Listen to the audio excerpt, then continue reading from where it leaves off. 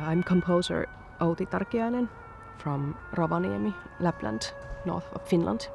I was born and raised there, and now I'm living there again with my family. Well, I have composed since I was a small girl. It somehow has come from inside me. I started writing music before I started writing letters, and it has always been part of me. I hear things and I want to write them down, and that has been so since early childhood.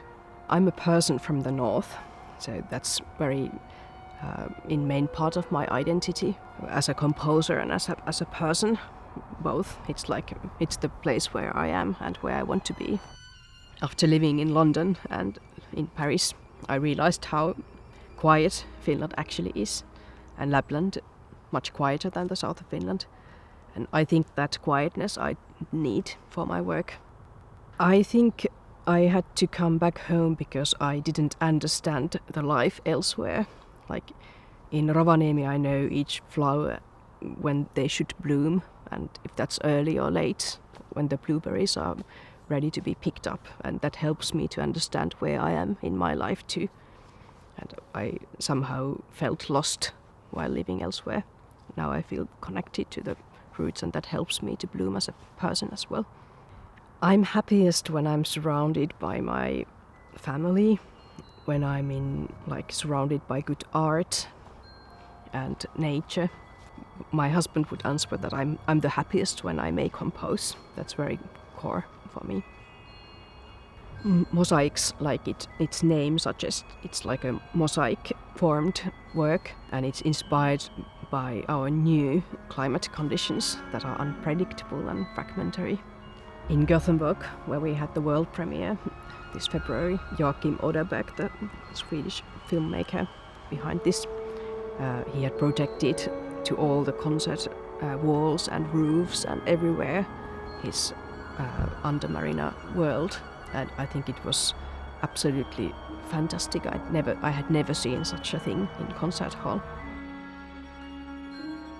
I think we have a different kind of freedom than 20 years ago, like young composers, and you can do things that would have been out of question some time ago. But the world is plural, and many minorities are recognized, and I think that opens up our eyes for different things. In the Arctic region, the climate is warming up right now 2 or 3 times faster than in the rest of the world. So we can really see it very clearly. When I was a child, there was weeks or even a month of cold weather every winter, where the temperature hovered around minus 40 or less degrees Celsius, and that has now disappeared. There's maybe a day or two, not even every winter, of that kind of coldness. There are lots of foreign species that are kind of pushing the Arctic species further north, but unlike elsewhere, they cannot go much further north, so they are pushing into extinction.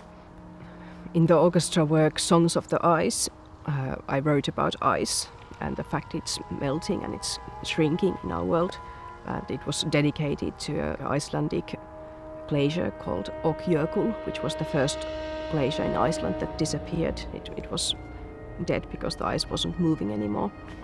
I think it's important that we kind of try to not verbalize, but musicalize the feelings that we have. We are living in middle of vast crises, but we are still human beings, and we have all these feelings. And I think that's very important that we kind of get that out. But I think it's really healthy to remember that we are just small people, and the nature is vast, and we have to respect it and kind of protect it.